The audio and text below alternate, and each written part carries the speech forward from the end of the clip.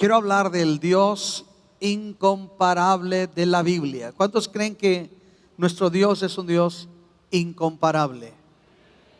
Levante su mano y diga conmigo: mi Dios es un Dios incomparable. Cada vez que abro la Biblia, Dios me habla. Por esta palabra soy salvo. Por esta palabra soy sano. Soy bendecido. Soy inspirado. Soy desafiado por esta palabra. Y por esta palabra soy más que vencedor.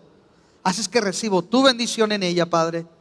Y pido tu gracia para entenderla y para vivirla en el nombre de Jesús. Amén. Ocupe su lugar, por favor, y abra su Biblia en el libro de los profetas menores, el libro del profeta Miqueas, capítulo 7, versículo 18. Le invito al estudio que tenemos en la mañana. Personalmente doy un estudio en la mañana a las 9 de la mañana y yo lo invito a almorzar. Si usted viene la próxima semana, yo lo invito a almorzar. Usted paga, pero yo lo invito. Véngase, tenemos un buen estudio. La Biblia dice que el pueblo de Israel pereció por falta de conocimiento. Yo lo invito a que conozca más la palabra de Dios. Y en la mañana hablaba de este pasaje. Es un pasaje que a mí me encanta del libro del profeta Miqueas.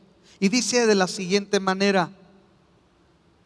Con una pregunta el profeta dice: ¿qué Dios como tú, que perdona la maldad y olvida el pecado del remanente de su heredad, no retuvo para siempre su enojo, porque se deleita en misericordia? Grábese esa palabra. Dios se deleita en hacer misericordia. Él volverá a tener misericordia de nosotros.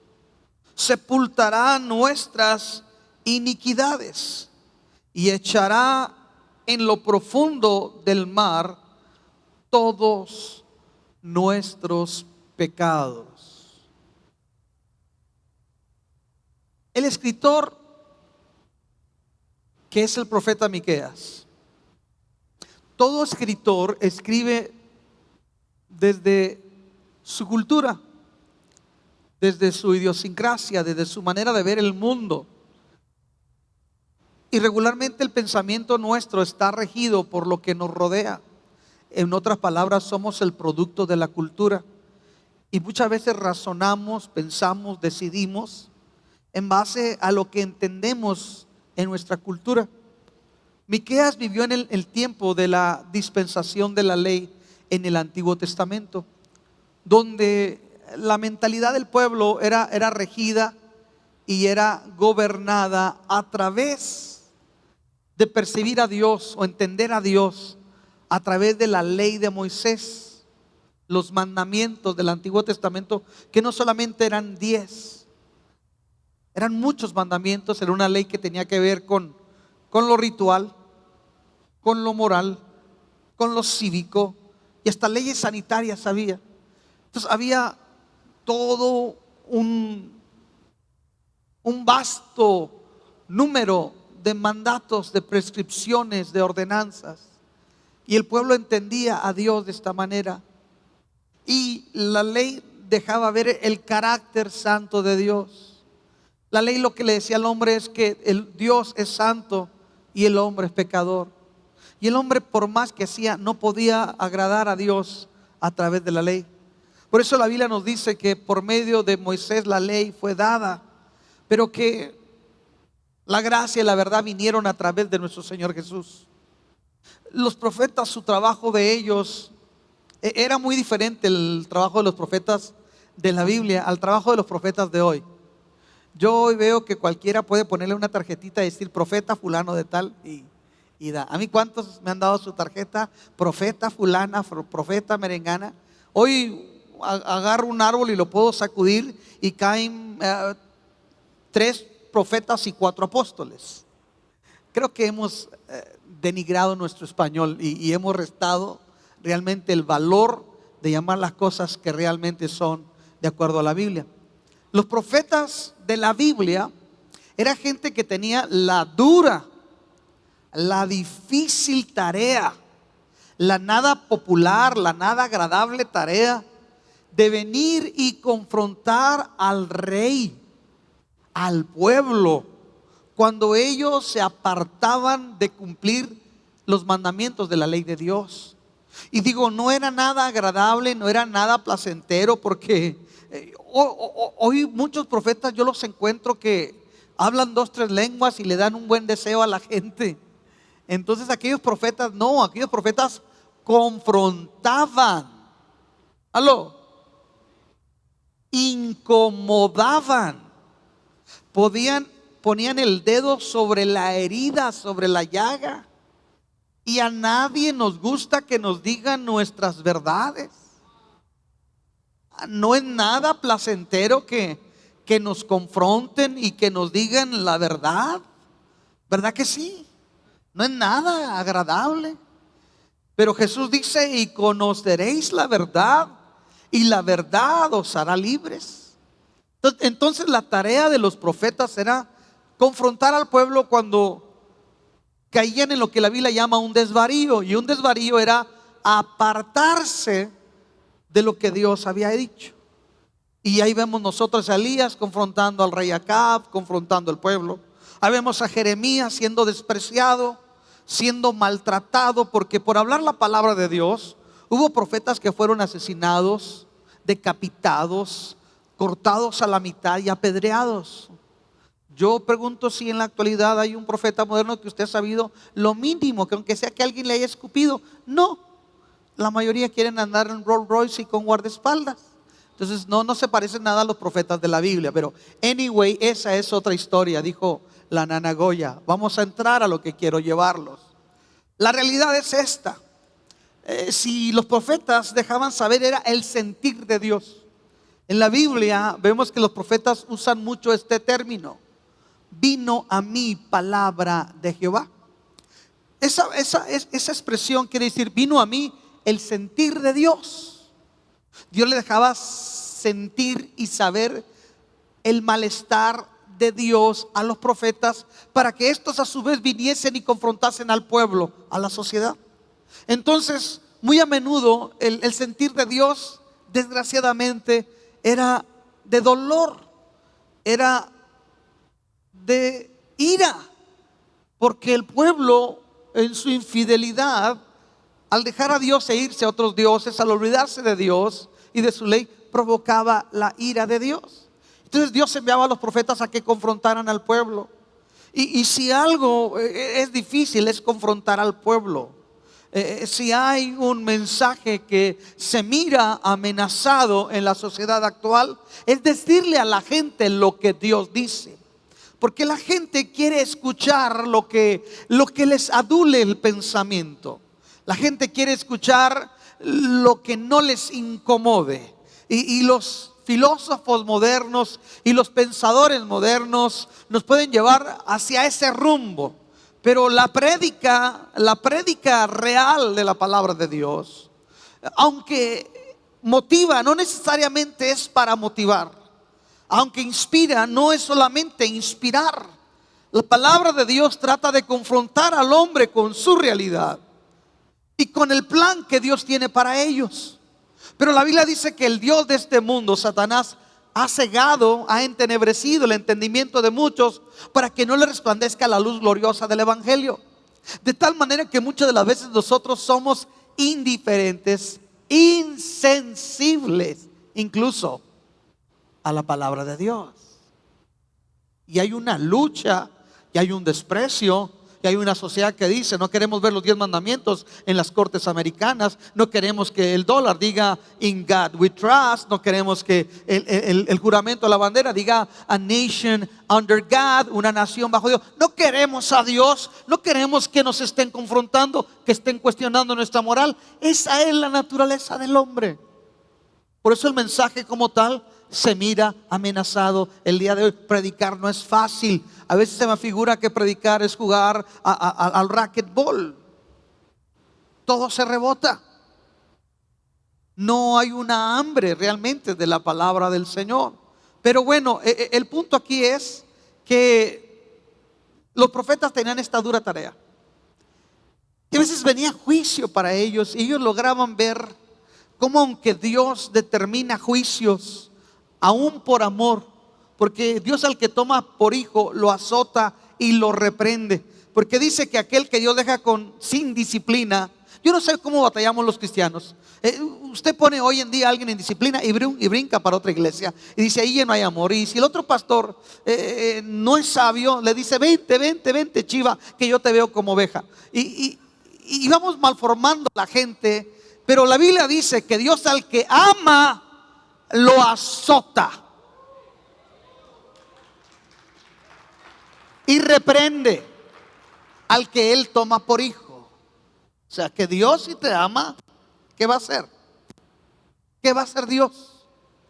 Yo sé que los psicólogos del CPS dicen, el Child Protector Services dicen: no le pegue al niño porque va a afectar sus funciones. Come on, ¿qué le pasa? Unas buenas nalgadas le hacen falta a los muchachos. Para eso Dios dio ahí las pompis, ahí para dar unas buenas nalgadas. Aunque no digan amén. Porque Dios al que ama lo azota y reprende al que recibe por hijo. Y muchas de las veces el pueblo merecía que Dios enviase juicios, y Dios enviaba juicios sobre el pueblo, pero había sus excepciones. Había sus excepciones. Cuando el pueblo se arrepentía, cuando el pueblo se volvía a Dios, como el caso del rey de Nínive, que cuando oyó que venía juicio contra el pueblo de Nínive, él proclamó ayuno, el pueblo proclamó ayuno, hasta los animales ayunaron, para que Dios no enviase juicio sobre ellos. Y yo aquí encuentro un profeta. Los profetas, podríamos decir que hasta cierto punto eran una especie, ¿cómo le podríamos decir? De esa gente que estudia el pensamiento de la sociedad. Los profetas trataban tanto con la naturaleza humana que cuando los profetas miraban que el hombre no se arrepentía, ellos sabían lo duro que era hacer su trabajo. Pero cuando el pueblo se arrepentía, ellos miraban cómo Dios hacía misericordia, cómo Dios actuaba con bondad.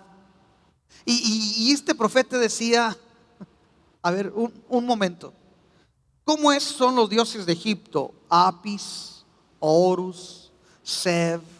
¿Cómo son los dioses de Canaán? Astarte, Astarot, a la imagen de Acera, los Baales, los dioses de Babilonia. No hay un Dios que se parezca al Dios de Israel. Todos esos dioses demandan sacrificios a veces hasta humanos.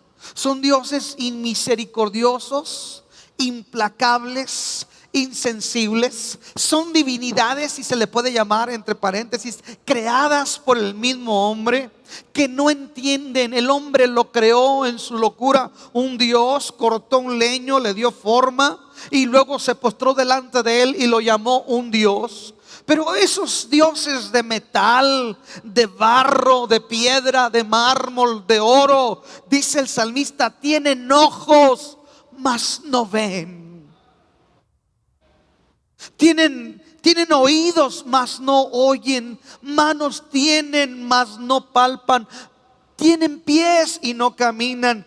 Dice: y semejantes a ellos son todos los que los hacen y los que confían en ellos. La idolatría lo único que me enseña es que un pedazo inerte de metal no puede oír lo que yo estoy diciendo, no puede ver lo que yo estoy pasando. Y no solamente desde el punto de vista físico, sino vamos a ir más allá en el punto de vista moral. Dios tiene oídos para oír mi necesidad. Dios tiene ojos para ver nuestra condición. Dios tiene manos para abrazar al pecador. Alguien diga amén. Dios tiene pies para correr y dar socorro al que está afligido. Ese es el Dios de la Biblia. Y el escritor decía: no hay Dios tan grande como tú. No hay un Dios que se compare al Dios de la Biblia. Y yo podía traerlo al contexto del día de hoy. Y puedo voltear y puedo ver a Alá. Y Alá no es sino que era un ídolo de una tribu de Arabia Saudita, de un grupo de beduinos, y que vino a constituirse en Dios a través de un hombre llamado Mahoma. Y sabe una cosa, el Islam es una religión que hay que decirlo con toda la razón que es. Una religión intolerante que impone sus creencias a través del terror. Yo nunca he mirado a los judíos haciéndose explotar con bombas frente a los nazis porque los trataron mal para imponer su estilo de creencia. Yo nunca he mirado a los judíos, al Dios de Israel, imponerlo por la fuerza, subyugando, matando, cometiendo barbarie. ¿Me entiende? Yo puedo mirar a Alá y Alá no se compara con el Dios de Israel. Yo puedo voltear y ver a Buda y puedo verlo así, tal vez muy tranquilito en su versión gordita o en su versión flaquita, porque hay Budas gordos y flacos. Puedo sobarle la pancita y verse muy mono a Buda, pero Buda no me ofrece lo que el bendito Nazareno me ofrece. Buda no me ofrece. Puedo ver a Confucio, puedo ver las filosofías del Medio Oriente. Ninguno de ellos me ofrece lo que el Dios eterno y creador de todas las cosas me ofrece. Porque cuando dice que Él mira, que Él oye y que Él siente, no solamente es que me mira desde el cielo, es que un día Él dejó el cielo y vino a la tierra y se hizo carne y habitó entre nosotros. Y hoy está a la diestra del Padre después de haber dado su vida en la cruz. Después de darnos la muestra más grande de amor, resucita y está como nuestro abogado. Nos escucha, es sensible, es compasivo. Alguien diga amén. En el cielo al lado del Padre está uno que me entiende. Qué bonito se siente cuando usted llega, a una oficina de gobierno. Sobre todo esas que son muy burocráticas, ¿verdad? Que tiene que hacer una cola para preguntar. Y se encuentra a alguien que usted conoce trabajando ahí. Qué suave, ¿verdad? Pero más suave cuando le hacen a uno, como dicen en mi tierra, un paro. Qué suave, ¿verdad? Que usted mira ahí cerca de la persona de poder, alguien que lo puede ayudar. Qué suave. Pero déjeme le digo una cosa, si así es bonito, imagínese que allá en el cielo, cerca del juez eterno, de la autoridad más grande, está sentado uno que tiene nuestra carne, que tiene nuestros huesos, que participó de nuestra naturaleza, que fue en todo tentado pero sin pecado, y hoy intercede por aquellos que vienen al Padre en el nombre precioso de Jesús. Qué especial es eso. Dios nos ofrece, el Dios de la Biblia nos ofrece lo que nadie nos puede ofrecer. ¿Qué Dios como tú, que perdona la maldad? El perdón, la necesidad más grande del hombre. Cuando en el Salmo 103 el salmista enumera los beneficios que el hombre recibe de Dios, él los pone en este orden y dice: bendice alma mía a Jehová y bendiga todo mi ser su santo nombre. Bendice alma mía al Señor y no te olvides de ninguno de sus beneficios. 2 puntos y seguido. Él es, y pone la necesidad principal del hombre, Él es quien perdona todas tus iniquidades. La mayor necesidad del hombre es el perdón. Escuche, la mayor necesidad que usted y yo podamos tener se llama el perdón. Mucha gente no lo entiende. Mucha gente cree que es un lugar diferente para vivir, una mejor casa, un mejor auto, un mejor estatus, un mejor etcétera, etcétera. Pero no, su mayor necesidad, amigo, amiga, es el perdón. Está comprobado que el perdón es tan sano, el perdón libera. En las mismas relaciones humanas, en las relaciones interpersonales, qué importante es el perdón. Cuando una persona no ha perdonado, esa persona va a enfrentar muchos dolores en su vida, va a crecer insegura. Esa persona va a actuar y va a batallar para expresar afecto. Una persona que no ha perdonado es una persona que tiene una herida abierta para estarse contaminando y estarse infectando constantemente. Una persona que no prodiga el perdón o que no lo ha solicitado es una persona que camina con sentimientos de culpa, que siempre su sonrisa va a ser opacada por un sentimiento de amargura, que la felicidad nunca puede ser completa. Una persona que no ha perdonado es una persona que no puede ver incluso la felicidad y la realización de otros. No puede celebrar la realización de otros porque él mismo se siente no realizado, insatisfecho. El perdón es algo, escuche, que mucha gente no lo ha identificado y mucha gente trata de mitigar el dolor de la culpa en la carencia del perdón con licor, con placeres, con drogas, con la superficialidad de este mundo. Pero dicen los sociólogos que una de las necesidades más grandes de la generación de hoy es el perdón, porque esta generación tiene un sentimiento de culpa. Me llamaba la atención, otra vez leí un dato, en México, que era un país que solamente era conducto de drogas, de trasiego. La sociedad mexicana hoy consume más marihuana que alcohol y tabaco. El consumo de la marihuana ha sobrepasado en México al tabaco y al licor. Cada vez más gente está usando la marihuana como una vía de escape, como una válvula.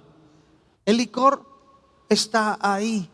Mucha gente necesita escapar de su dolor, pero lo más triste es que no termina uno de escapar. Lo más triste es que el licor puede provocar un momento de euforia, de bullicio y podemos estar ahí, pero llega un momento donde se acaba el embrutecimiento, donde vuelve la cordura, donde vuelve el estado correcto y viene lo que se conoce como la cruda moral, donde el sentimiento de culpa se vuelve más grande. Yo encuentro que el hombre necesita el perdón. La cruz no nos habla de una religión en sí. La cruz no es quitar una religión y poner otra. El evangelio no pretende usted hacerlo 2 veces más religioso de lo que usted ya es. Ese no es el evangelio. El evangelio pretende darle la libertad más ansiada y más apreciada para nuestra alma, y es el perdón de nuestros pecados. Alguien diga amén. Cristo quiere darle el perdón. El perdón le da descanso. El descanso le da felicidad. La felicidad le da la paz de Dios, y la paz de Dios le permite ver la vida desde otra perspectiva diferente. Que Dios, como tú, que perdona la maldad, y luego dice, y que olvida el pecado del remanente de su heredad. Y hay una razón de ello. Dios, cuando te perdona, Él ya no se acuerda de lo que hiciste. Nosotros decimos, yo perdono, pero no olvido. Mire, tratábamos este punto en la mañana. El perdón nuestro es cuando usted ofendió a alguien, o alguien lo ofendió a usted, y le piden o pide perdón, y usted dice, no pasó nada, no te preocupes, no pasó nada. Cuando uno dice así, eso no se ha arreglado en lo más mínimo. El verdadero perdón reconoce el agravio y las consecuencias de lo que se hizo. ¿Sí me está entendiendo? Dios dice, no, lo que el hombre ha hecho es serio, y por cuanto todos pecaron, todos están destituidos de la gloria de Dios. Y es tan serio que tiene que haber un precio de sangre para el perdón, y Dios derrama su ira sobre el que no conoce pecado, el que muere por nosotros en la cruz, que es Jesús. ¿Estamos ahí? Dios así es como nos perdona. El perdón no es cualquier cosa. Pero si nosotros decimos, no me hiciste nada, todo está bien, ahí no se está tratando el problema correctamente. Número uno, si usted quiere arreglar cuentas con alguien, tiene que reconocer que sí hubo daño, que sí le causó dolor, que sí hubo consecuencias, pero que usted y yo renunciamos a nuestro deseo de venganza y estamos dispuestos a dar el perdón, aunque la otra persona no lo merezca. Yo no sé cuántos de ustedes necesitan perdonar el día de hoy. Yo no sé cuántos de ustedes tal vez no han perdonado de forma correcta. Por eso usted mira y batalla. ¿Por qué vuelvo a sentir esto? Porque es que no ha perdonado correctamente. Porque Dios, cuando perdona, perdona.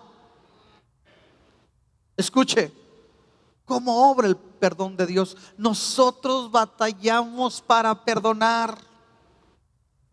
Yo batallo para perdonar. Dios se deleita en hacer misericordia. Le digo un secreto que quede entre usted y yo. Yo batallo para perdonar. Yo no sé usted. Ay, Señor, soy un pecador delante de tanta santidad, pero la realidad es que mi naturaleza humana me enseña que yo soy tardo para perdonar. Pero mire qué diferente Dios. Por eso Dios es incomparable. Él se deleita en hacer misericordia. ¿Cuánto le dan un aplauso al Señor? Él no batalla. Él te perdona y te perdona. ¿Y sabe qué me llama mucho la atención? Que aquí aparece una figura. Vamos a llamarlo una figura de la física para ilustrar una verdad espiritual. Antes de que el hombre supiera que el océano más profundo es el océano Pacífico, mide poquito más de 7 kilómetros de profundidad el océano Pacífico. Antes que Jacques Cousteau explorara el océano Pacífico, porque nunca el hombre podrá llegar hasta lo más profundo del océano Pacífico. Llegan a cierta distancia donde solamente lo sondean, porque lo que llega hasta allá, según la física, está comprobado que ya no va a poder salir. Escuche, 3,000 años antes que National Geographic nos dijera esa verdad, Dios usa una verdad del mundo físico para aplicar una verdad del mundo espiritual. Su perdón es tan grande, su perdón es tan magnífico, tan maravilloso, que Dios sepulta nuestro pecado hasta lo más profundo de la mar. ¿Cuántos le dan un aplauso al Señor? Hasta lo más profundo. A veces el diablo se echa un clavado y ni él alcanza a llegar hasta abajo. Y luego nos dice, nos recuerda nuestro pasado, ¿verdad? Nos recuerda nuestro pasado. Usted tiene que hacer algo.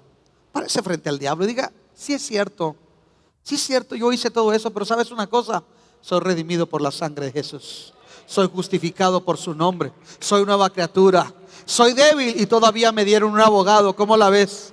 Así que que el diablo le recuerde su pasado, párese frente a él, aleluya, y recuérdele que usted es redimido, comprado por la sangre preciosa del Cordero. Y me llama mucho la atención que usa el término, Él sepultará nuestras iniquidades y las echará en lo profundo del mar. ¿Por qué hay que sepultar un cuerpo? Un cuerpo ya no tiene parte entre los vivos. Tiene que volver a la tierra. Polvo eres y al polvo tornarás. No tiene que hacer nada en la superficie de los vivos. Los seres humanos tendemos a querer perpetuizar la memoria de alguien, ¿verdad? Pero un muerto tiene que ser sepultado. Dios dice, para mí tu pasado ya es cosa muerta. Para mí tu pasado ha quedado sepultado bajo la sangre de Jesús. Y Dios ha enviado nuestros pecados hasta un lugar, escucha, donde nadie puede volver a sacártelos para restregártelos, porque el perdón de Dios es tan, pero tan profundo, que Dios lo ha dejado en un lugar donde tú no puedas volver a tener acceso. ¿Sabe qué es lo que hace el diablo? El diablo trata de minimizar en nuestro entendimiento la obra de la gracia y del perdón de Dios.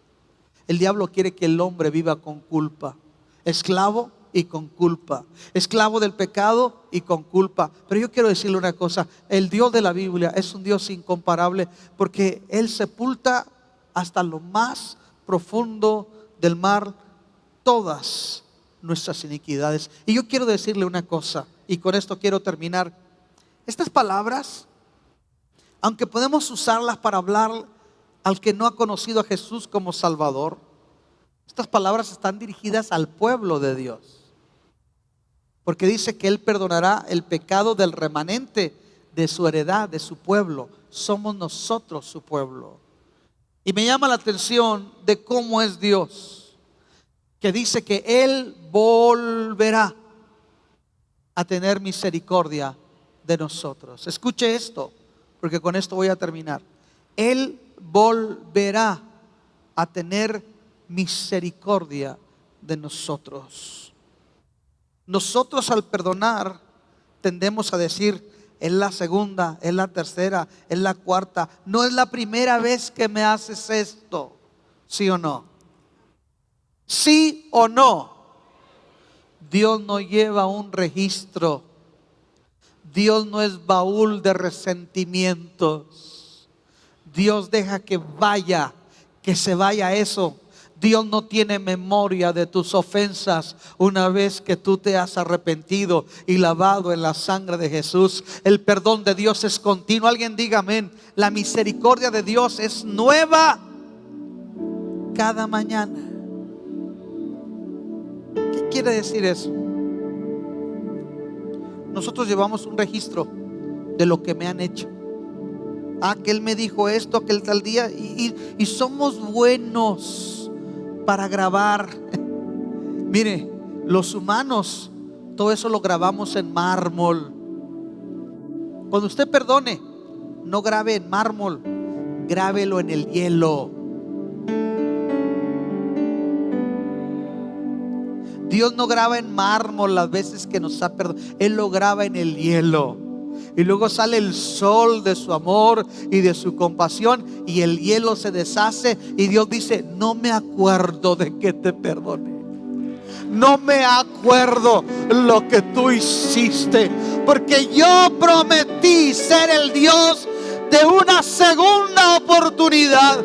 Porque 7 veces cae el justo y 7 veces vuelve a levantarse. Y la naturaleza de Dios es que Él no dejará para siempre caído al justo. Él le dijo a Pedro: si tu hermano pecare contra ti 7 veces, no te pido que le perdones 7, sino 70 veces 7. En otras palabras, no es 490 o no sé cuánto, sino que el perdón de Dios es continuo, es amplio. No lo puedo entender, señoras, señores. Yo no puedo entender a Dios. La gracia solamente tengo que disfrutarla. La gracia solamente tengo que recibirla. Que Dios, como tú le fallaste ayer y Dios te perdonó. Tú le fallaste antier y Dios te perdonó. Hoy Dios dice: estoy aquí para perdonarte, para darte una nueva oportunidad, para levantar tu cara, para decirte: hey, yo he perdonado tu pecado, solamente vuélvete a mí. ¿Sabe algo? Algo que a mí me llama mucho la atención es el poder transformador de la gracia. Hace unos días recibí una carta de la cárcel, porque en una cárcel transmiten nuestros programas, y este joven me mandó una carta y me mandó algo que hizo él para mí, como un joyero que ellos hacen en la cárcel. Y este hombre me decía: ¿sabe algo, pastor? Algo que nos está ayudando de lo que usted nos está compartiendo, porque le mandamos DVDs para que los pongan en la cárcel.